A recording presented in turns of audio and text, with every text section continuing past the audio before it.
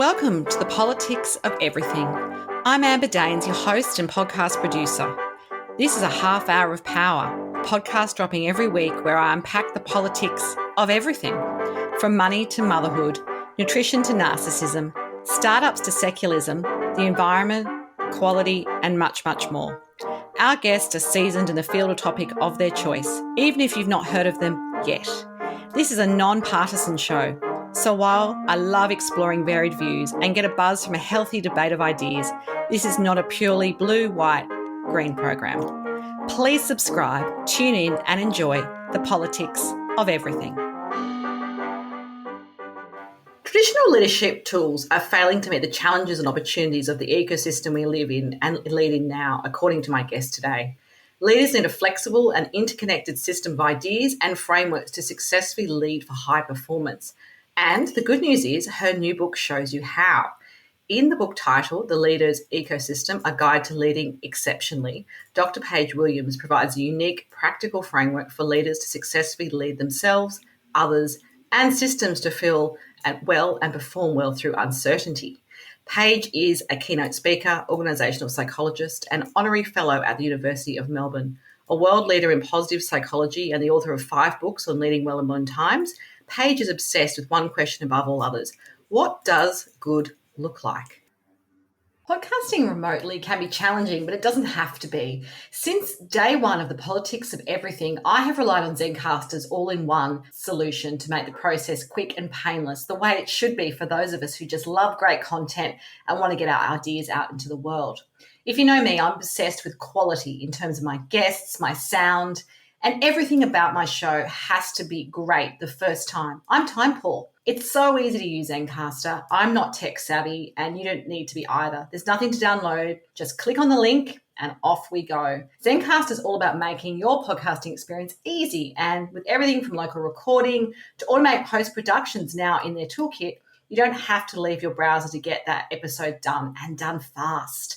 I have a special offer for you, and hopefully you can experience what I have with Zencastr. Go to zencastr.com/pricing and use my VIP code, The Politics of Everything, all lowercase and one word, to get 30% off your first 3 months of Zencastr Professional. How good is that?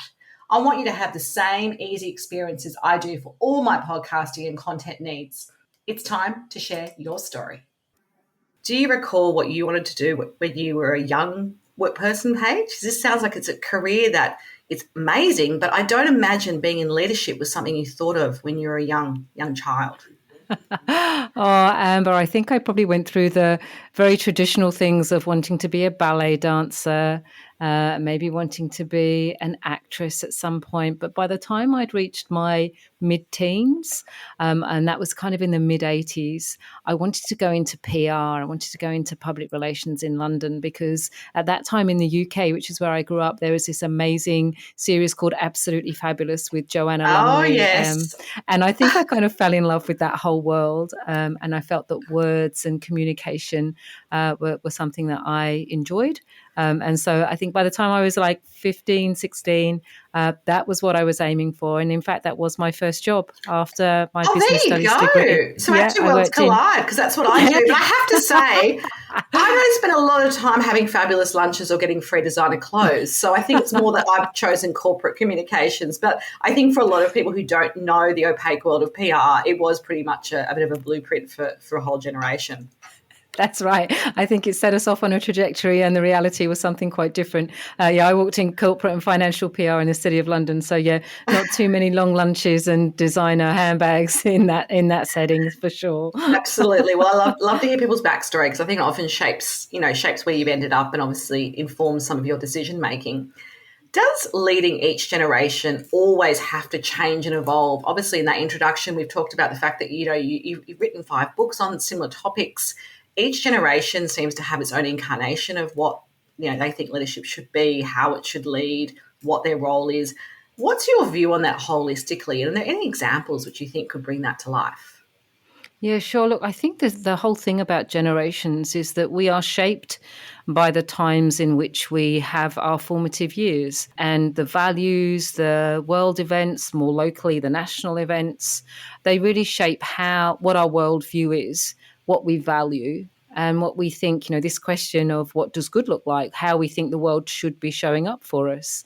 And so, a very clear example would be if you think about a generation that grew up during war times where there perhaps food was rationed, a whole generation of young men were away from home, how they see the world is going to be fundamentally different than some of our millennial generations that have grown up in very stable times politically and economically. There has not been certainly in where we live in Australia, there hasn't been the restrictive nature. There hasn't been a generation of young males who had to be elsewhere for very compelling reasons at that time. So, yes, I think that what good looks like for each generation changes, and therefore how they see what good leadership looks like and what they want from a workplace, from a leader, also shifts. So one of the things that's really live at the moment in workplaces is the XYZ generation. So I'm a Gen Xer, I'm in my early 50s, and our generation is generally in those kind of senior leadership roles right now. But actually what's coming Except through if you're in America. I had this whole thought the other day because there was someone doing a meme. I'm also Gen X, and they were saying, we've got US elections coming up and we've got two boomers who just won't let go of power. And it's like, it's our turn, but it's not going to be our turn next. It's going to skip us. So there's that kind of intergenerational, I think, tug of war as well, which obviously shapes workplaces. Yeah, I think there is that, and I agree with you. I think that the boomers are not retiring quietly or early, it would seem.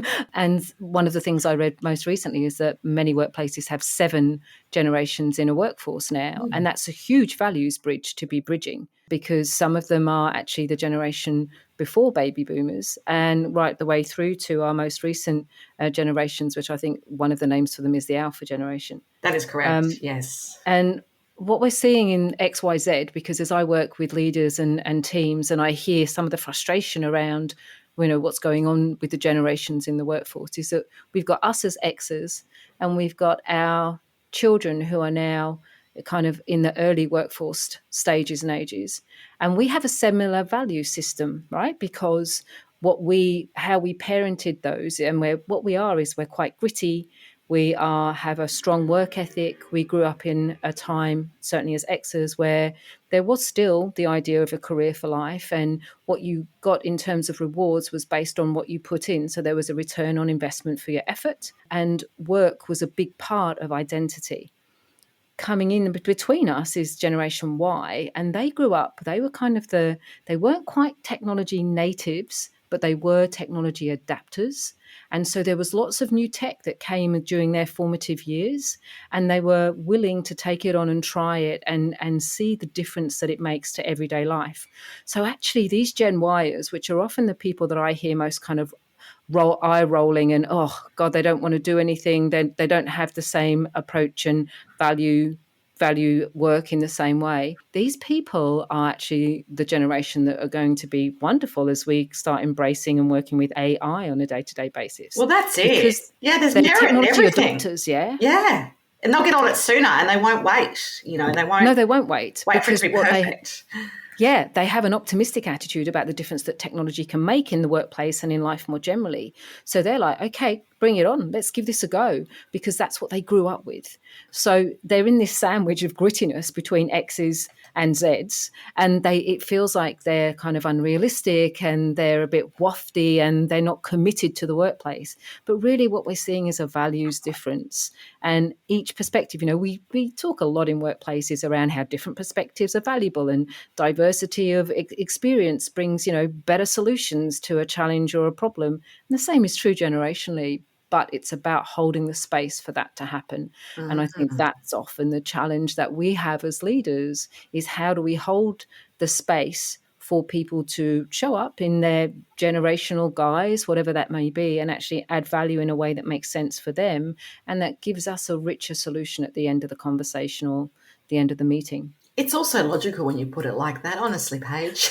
If only it was that simple, because the humans are involved, of course, and I have, my own sort of biases like we all do, but I often think one of the things I find the most challenging in having so many generations, even in my PR agency is that individualism impacts our workplaces. We've got these generalizations about generations, and mostly I can identify with stuff in X's, but I'm not everything that, might be attributed to that as well. I've got a lot of influences and friends that are younger and older. Is it fair to actually assume what leaders are going to be like because they come from a certain generation and they're going to stick to their particular biases? Or is there a way in which this individualism can kind of intersect, I guess, with community in a workplace or an organisation, so that holistically we're not just doing what's good for us, but we're doing what's better for the greater good? Yeah, I absolutely agree. I think that understanding the generational atmosphere from which a person emerges is useful, but it's only ever a start point, right? Because we have our individual experiences of that, and labeling people and putting them in boxes is never useful. I've never found that that's the way for us to make the best of the people and the energy and the wisdom and experience in the room. I have a very simple framework that I often use with leaders and teams, and it helps us have what I call the right conversation in the right way about the right thing. And it's a very simple idea of a triangle, and it's you, them at the bottom, and then it at the top.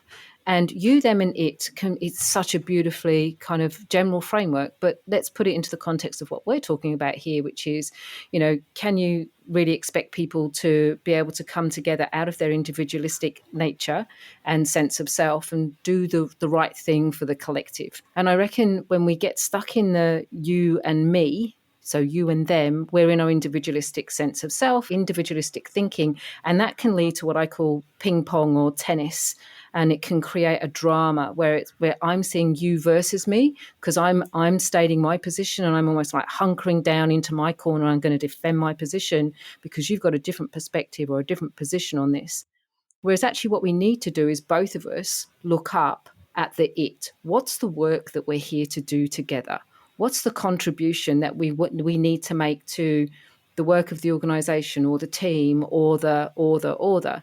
And this can work even in terms of whether that's a workplace example, but it can happen like in family dynamics whereby there's two different perspectives on the same thing. And it's like, okay, so how do we take ourselves out of you versus me and start thinking about what's the best outcome for it? Now, it could be the family holiday. It could be the anniversary celebration. It could be the conversation over the dinner table. It could be the project or program that we're all working on. But by depersonalizing it and making it about the work and the contribution that we want to and need to make together, it stops being that kind of drama-filled ping pong that keeps us in our individualized sense of self and our individualized perspective and thinking.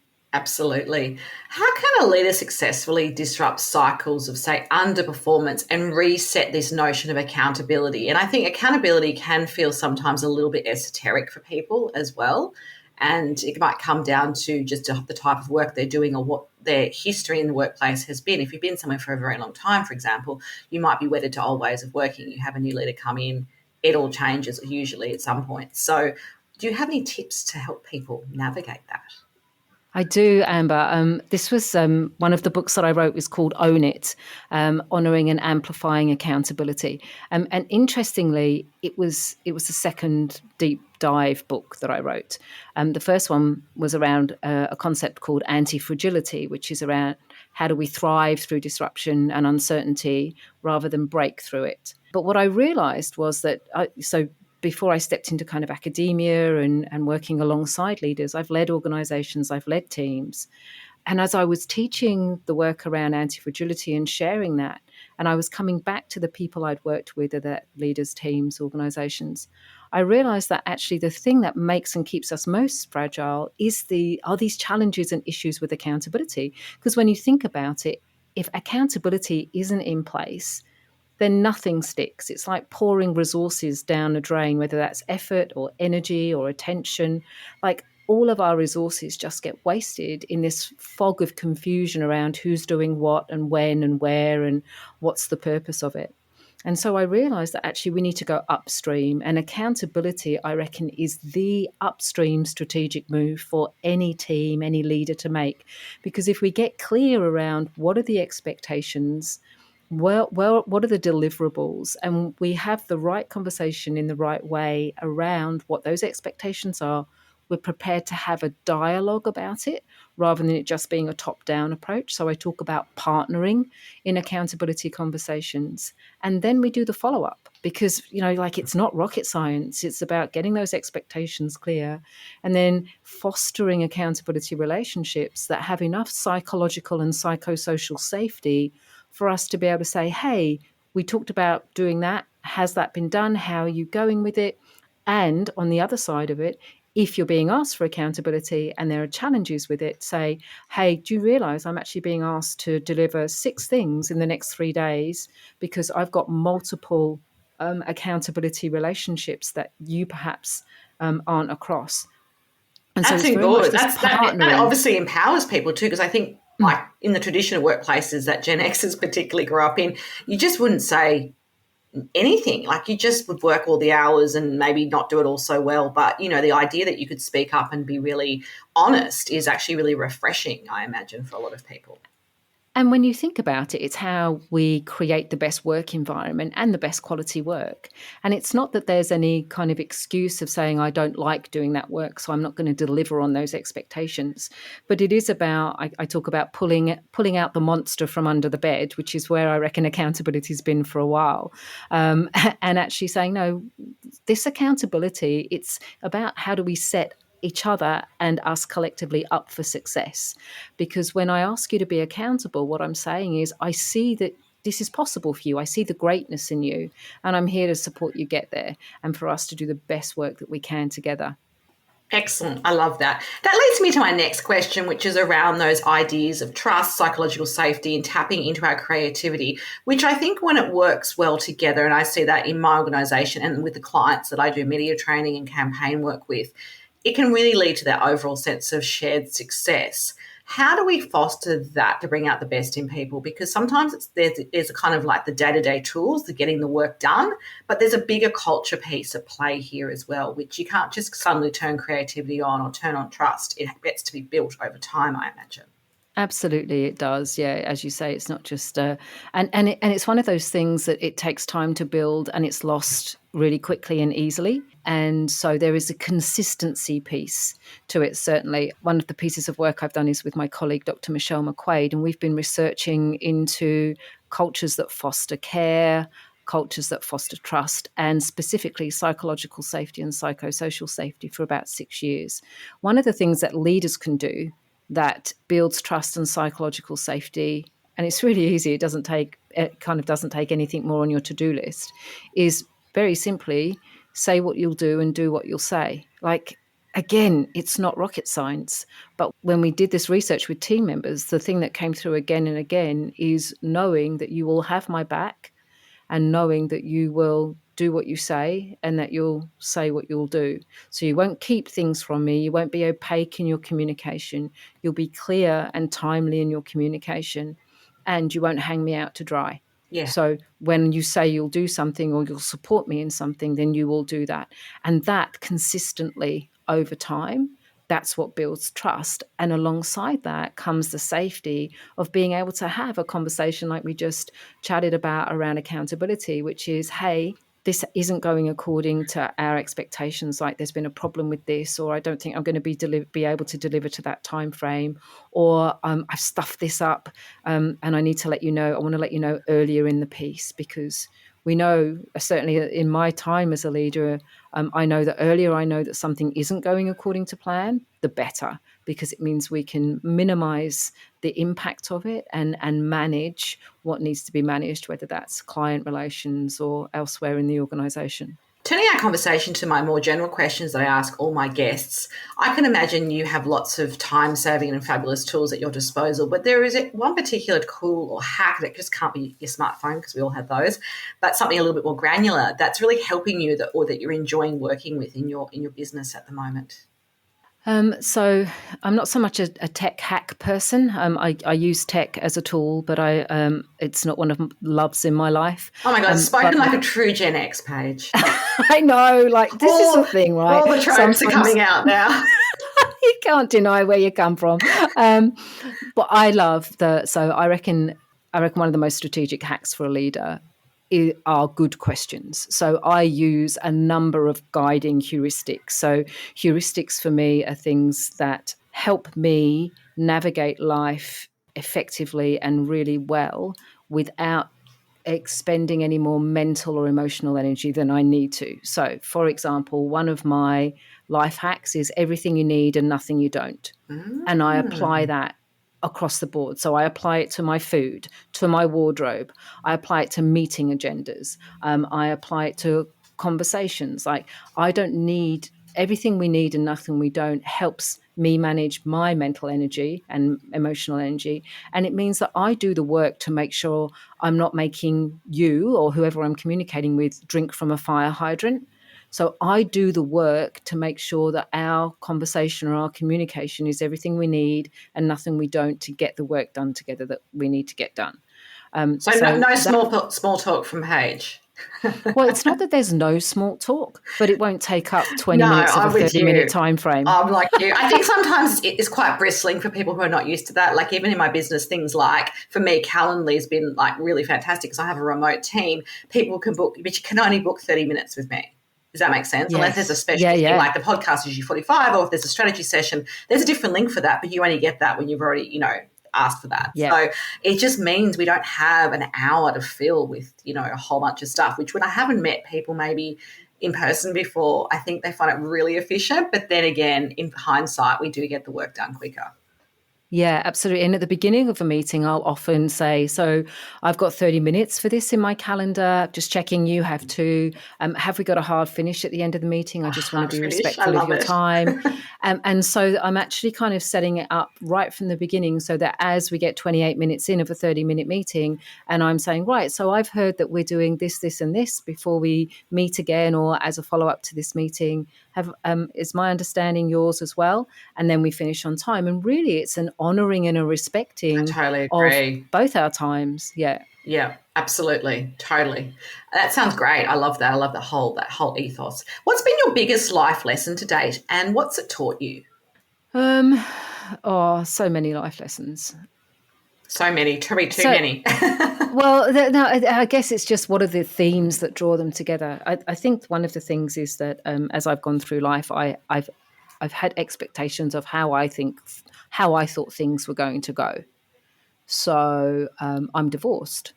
I didn't go into marriage thinking I was going to get divorced. And nobody really does, I don't think. No, exactly right. The first book that I wrote absolutely flopped on its launch day because something to do with a technical something with Amazon. And I'd done like an 8-week campaign and had people online waiting to buy and all of this kind of thing. And then a whole series of fake shops popped up because they could see there was demand and there wasn't a supply. And it was my first book. So it's like first child and oh dear, it was awful. Wow. That can be very soul crushing, but you still bounce back and you write more books. Yeah, well, exactly. And so if you say, so what's the lesson is that everything is temporary. This too shall pass. And in its way, everything is perfect, even if you can't see it at the time. Yeah. And so I very much like another guiding heuristic, like everything is temporary, everything is perfect. And I use that everything is temporary for the good times as well, so that there's really kind of, this too shall pass, not just for the times that are struggly, but for the times that are beautiful, to really take the moment and savor them. Yes. So I think I love that as being both sides of that, not just the struggle, but the joy that's as awesome. well. I love that. It's very wise. So how do you define your own version of success?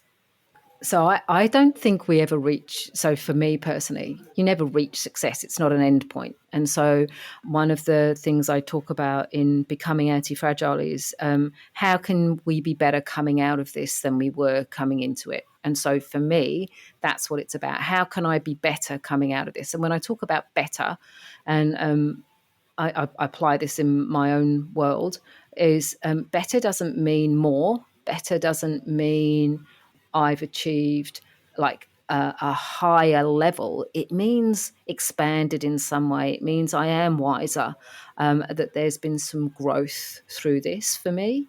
And again, that means that success doesn't have to be that I'm the best at anything, but what I am is a better version of me through the experiences that I have. And if I'm continually in that space, then I'm on a trajectory of success. I'm not achieving success. Yeah, awesome. I've never heard it put like that, so that's very refreshing.